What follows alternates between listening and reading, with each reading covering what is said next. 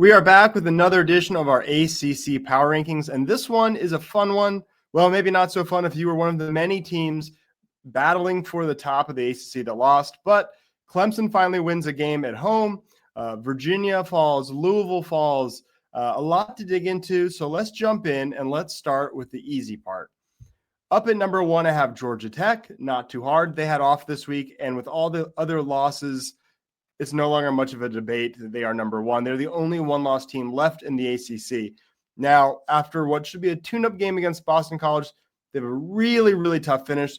Pittsburgh in Atlanta, Georgia, or UGA in Atlanta. Both are going to be really hard. They could easily lose them both. They could also very much win them both and possibly lock up a playoff bid before playing the ACC championship game, kind of like what SMU had last year. Will certainly depend on everything around them. But a lot left ahead for Georgia Tech. But for now, they are, I think, a pretty clear number one. At the bottom of the conference, these three, you can mix up the order, but these three are pretty clearly the bottom. You see North Carolina is not there, but we have Syracuse, Boston College, and Stanford. Syracuse lost by 4 touchdowns to a Miami team that's not looking that great. Syracuse just, it's really unfortunate that Clemson had to play him when they did with Steve Angeli, because without him, they've been really bad. They're at the bottom. Boston College got obliterated by SMU.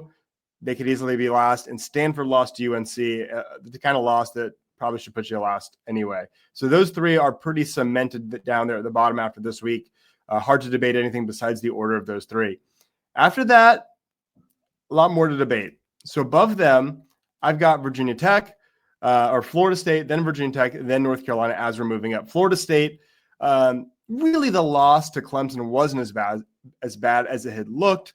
Clemson had been somewhat unlucky, one of the 3 most unlucky teams by the statistics throughout the season.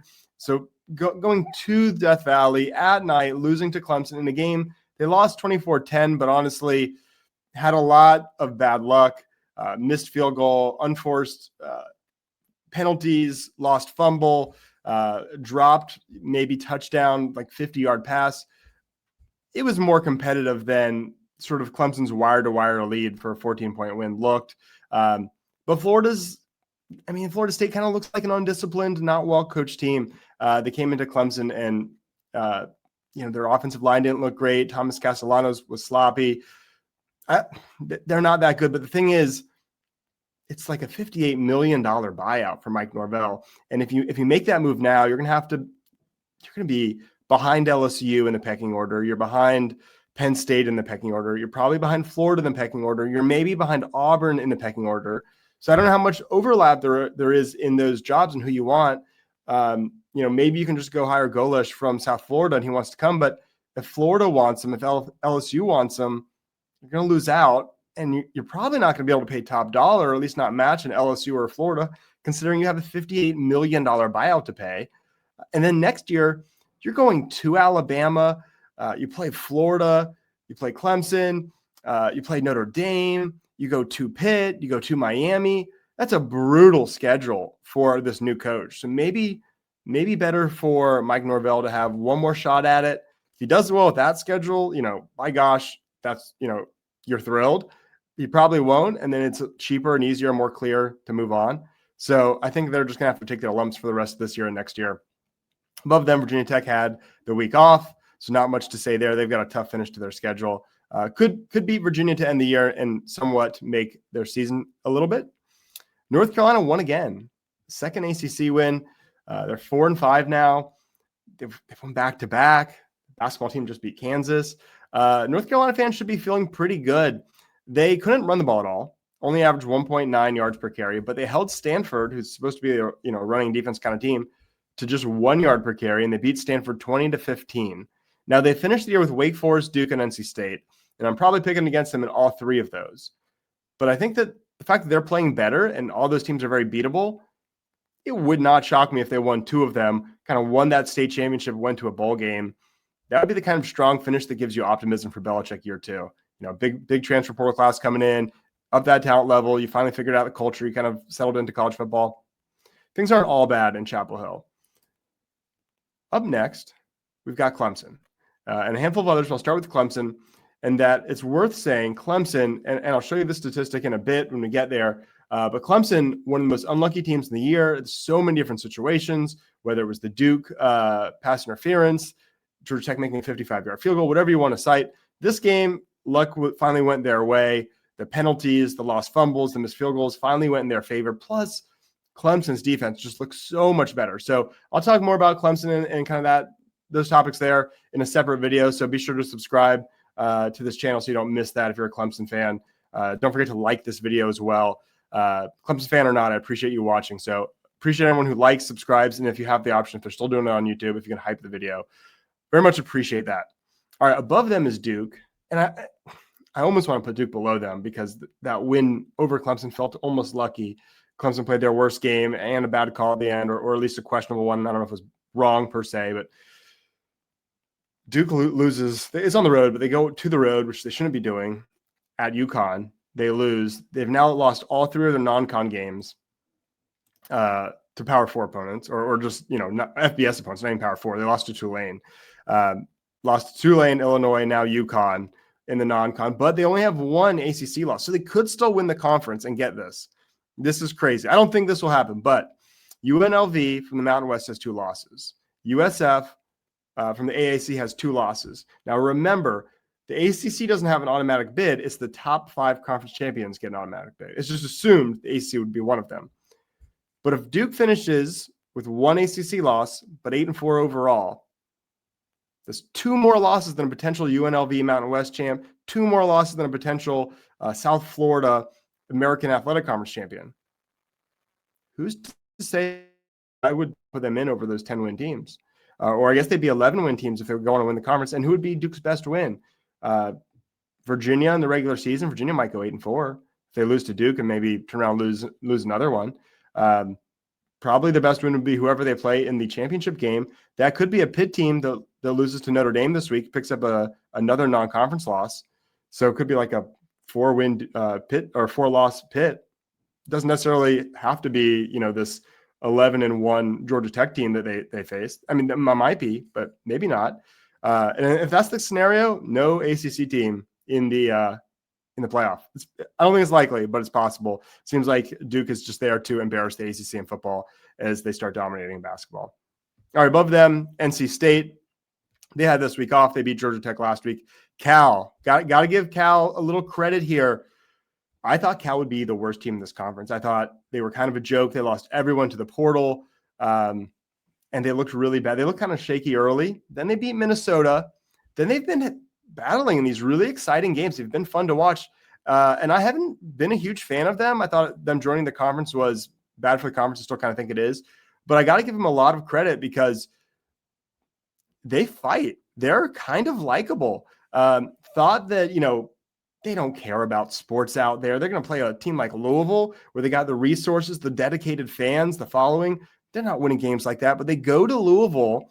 They go for 2 to win it. And after the first overtime, a move I love. If you're the underdog and you got to go second in that first overtime and you're about to have the disadvantage of going first in the second overtime, if you survive that, it goes to a 2-point conversion, 2-point conversion off basically. After that anyway, they go for the win. JKS, Sagaputo Tele, quarterback, throws it to Jacob DeJesus, really his only good, legitimate star player. He catches it in the corner of the end zone. Great little pass play to him.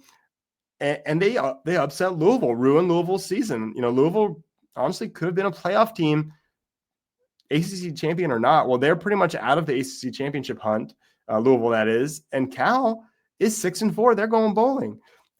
Really nothing. I did not expect any of this from Cal. JKS, the quarterback, because it's impossible to pronounce his last name. JKS, lefty, true freshman for Cal, wins the game, exalts Jesus after the game. Another thing you just don't expect at Cal.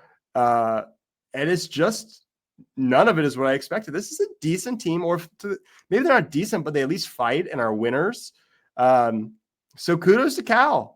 Really loved Jacob DeJesus. He's an awesome slot receiver, not the tallest guy, but another guy who just kind of is a winner.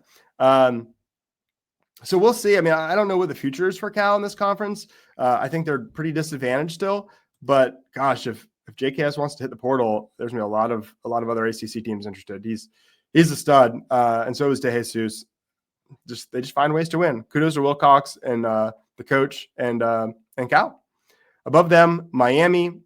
They beat a bad Syracuse team, but I didn't think I didn't have eyes on this game, so I won't criticize them too much. But I thought it was not a great look that Mario Cristobal and Fran Brown are screaming at each other across the field as they play the sloppy game. Above them, Wake Forest. Pretty wild that season opener, they barely beat Kennesaw State 10-9. They lose to NC State 34-24. They're like 2-1, but looking bad. Then they just about beat Georgia Tech. I don't know how they got blown out by Florida State. I think they're better than them. That's why they're so far above them in these power rankings. This weekend, they beat Virginia. Now, Virginia did not have quarterback Chandler Morris, who got hurt, AC joint in his shoulder. He should be back next week. But nonetheless, this is a team that plays good defense. They found a way. They go to Virginia at night, win a close one. Kudos to Wake Forest, number 6 in our ACC power rankings. Really impressive. Louisville talked about their loss to Cal, so don't need to harp on it too much. The only thing is, yes, they were without star running back Isaac Brown, but the other Brown, Kejuan, I think that's how it's pronounced, Kejuan Brown, 136 rushing yards. Can't really blame the Isaac Brown injury. Thing is, Miller Moss hasn't been that great at quarterback. He was 20 for 38, 203 passing yards, no TDs, 1 interception. You know, Jeff Brom, of course, I brag on Jeff Brom last week, and then he goes and does this. Last year, they beat Clemson in Clemson, turn around, go lose at Stanford. This year, they beat Miami, and then they look kind of flat against Boston College, but win. Virginia Tech, again, flat, but win. And then finally, it gets him against Cal. He's got to get him focused more consistently. That's his flaws. All right. Up next, the team that has caused the most controversy in these power rankings, Virginia. Virginia, I have at number 4. And I want to show this because this gets to what I was talking about with luck. And this is win probability versus wins. Like, what's the difference? And you see Virginia is way up there at the top. The luckiest team, this is before last week, the luckiest team in college football, more than 2 wins above their win expectancy. And then you see Clemson and Boston College and Arkansas, more than 2 wins unlucky against their win expectancy.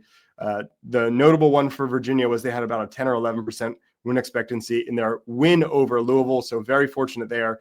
And they've been kind of cutting it close all year. It finally gets them against Wake Forest. I don't want to dock them too much, so they're still at 4 because they were without Chandler Morris for most of the game. But there's going to be some regression. I see them losing another one, whether it's this upcoming game against Duke or end of year against Virginia Tech. I don't see them in the ACC championship. I don't think they're that good. But look, if you go, 9-3 and you're Virginia and you're talking about firing Tony Elliott before that, happy for them. Go 9-3. That's a hell of a year. I mean, as a Clemson fan, I'd love to be 9-3 right now. So not really making fun, but just kind of calling out. I'm not saying I am saying I was right to have them low. I shouldn't have even moved them up to 2. A lot of people gave me a hard time saying I was too low on Virginia. I'm not. Virginia is not that good, but I think they could go 9-3, and that's a great season for Virginia. So it's really not a knock. It's just reality. All right, so here's the full list. Virginia, number 4. SMU blows out Boston College. That's what good teams do. They blow out bad teams. So they do that. They are very much in the hunt. Pittsburgh's got the toughest path in terms of remaining schedule. They have non-con against Notre Dame. Then they go to Atlanta for Georgia Tech. Then they host Miami. But if they win those, they don't technically control their own destiny. But if they win those 2 ACC games, they'll likely be in the ACC championship. I think they're the scariest team right now with Mason Heinschel at quarterback. They were off this week. But I guess you can't have Georgia Tech Pitt in the ACC championship because they play each other. So one of them will pick up a second loss. So that's probably an unlikely championship matchup. But that might be the de facto championship is the 2 best teams play, not this coming week, but the following in Atlanta. Those may be the 2 best teams in the ACC squaring off. Winner likely going to the ACC championship and likely winning it. Very much could see Pitt, SMU, Georgia Tech, SMU, Virginia still in the race. But those top 4 are the most likely. I think it'll probably be SMU and the winner of Georgia Tech, Pittsburgh.